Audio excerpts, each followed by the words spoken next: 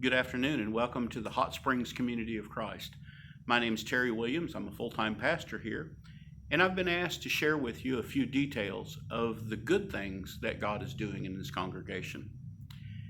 One of the first things that we began to do when I came to work here was we instituted a missionary outreach prayer in each worship gathering. This was important for us because it continued to keep in the forefront of our thinking the need to take the ministry of the church beyond the walls. And so as we began to do that and people began to come and to respond, from November of 2018 until March of 2020, we baptized and confirmed 17 people here in this congregation with a host of baby blessings and weddings and other life events that have been a blessing to us and to the community. But COVID-19 came along in March of this year, as it did everywhere, and we were left with the thought, what do we do now? We began recording segments of video services and putting those together for our people. But when we began Zoom technology, that became the standard of our worship here. We now are privileged to have about 50 people every Sunday that tune in for our Zoom worship. We have about 20 to 25 people that tune in each Wednesday night for Zoom worship. And we have also instituted a drive-through communion service that we do here once every month on the first Sunday. And we, surprisingly enough, have about 40 to 50 people that drive here to receive communion in a safe, socially distanced way. So that's been a big boon for our congregation as we moved forward in these times of pandemic. Another thing that we did, we started what I call Park and Pray.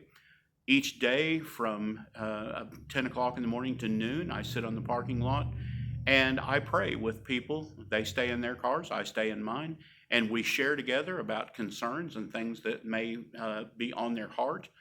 And for a long time, that was just members of our congregation. But about the 6th of August, we decided that it had been long enough that it was just us. And so we put a sign out by our road that says prayers here. It's a big sign and it's lime green with bold blue lettering. And since we put that sign up on the 6th of August, we have had 43 persons who have come through Park and Pray who are completely unaffiliated with Community of Christ. These are people from the neighborhood and from the community who've driven by in some cases for weeks and saw the sign, but today was the day they would testify. And so it's opened up a new door for being able to witness to us. It's amazing to me how God has used that to bring people in to receive ministry. Today, I used the stopwatch on my phone and I counted cars that drive by this facility. In 7 minutes, 200 cars went by here. The reason that I bring that up is I think of all the opportunities for ministry that are out there because of that sign, that one little sign out by the street. One man who came through here 8 weeks ago, his name is Scott, and he's given me permission to share part of his story. Scott's life was in turmoil, and he was a broken man by his own admission. But because he saw the sign and because he turned into this parking lot, his life is different now. He is now learning to trust God and to make the right decision at the right time and for the right reason. Scott shared with me this morning that he would love to become a member of this Community of Christ church right here in Hot Springs, Arkansas, because he said this sign in this ministry has changed his life.